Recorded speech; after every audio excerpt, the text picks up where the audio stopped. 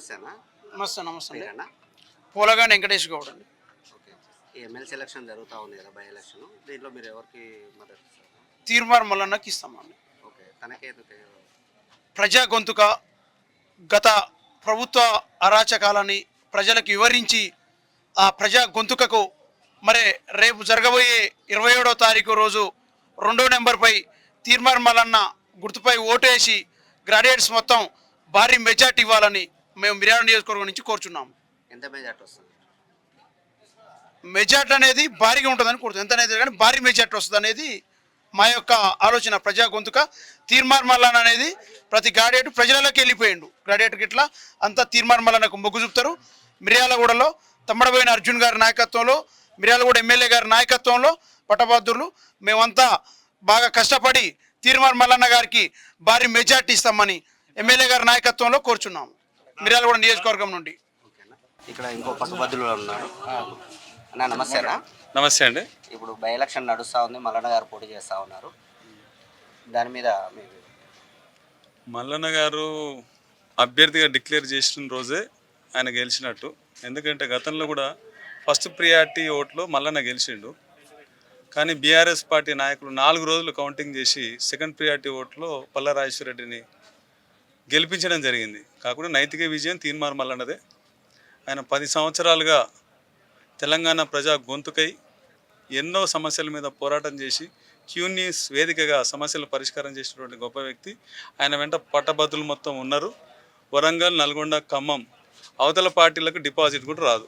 Teenmar మల్లన్నకు one సైడ్గా ఓటేయడానికి సిద్ధంగా ఉన్నాం.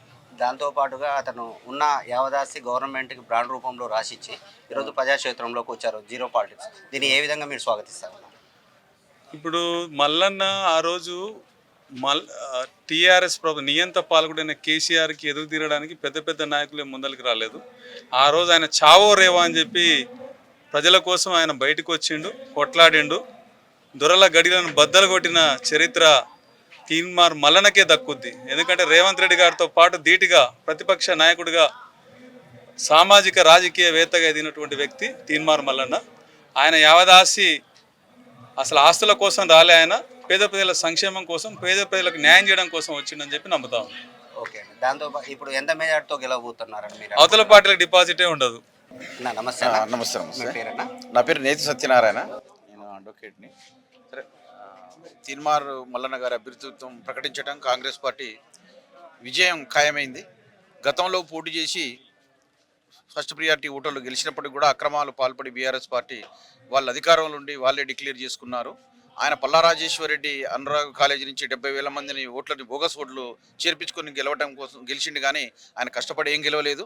ప్రజా గొంతుకగా ఉండి ప్రజా సమస్యల్ని గత 10 సంవత్సరాలుగా నియంతృత్వ ఈ బీఆర్ఎస్ ప్రభుత్వం ఎన్ని అక్రమాలు చేసిందో, ఎంతమందిని అడగదొక్కిందో, ఎంతమంది నిరుద్యోగుల జీవితాలతో ఆడుకుందో అన్నిటిని వెలికితీసి ధైర్యంగా పోరాడిన యోధుడు మల్లన్న.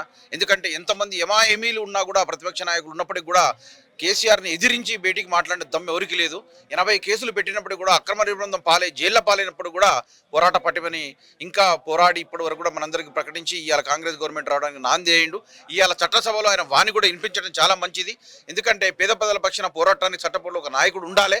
నిరుద్యోగుల పక్షాన ఆయన పోరాటానికి కంకణం కట్టుకుండు. కాబట్టి అందరూ ముక్త కంఠంతో తీర్మార్ మల్లన్నని భారీ మెజార్టీతో గెలిపించాలని అందరి పట్టభద్ర ఓటర్లకు నేను సభాముఖంగా విజ్ఞప్తి చేస్తున్నాను.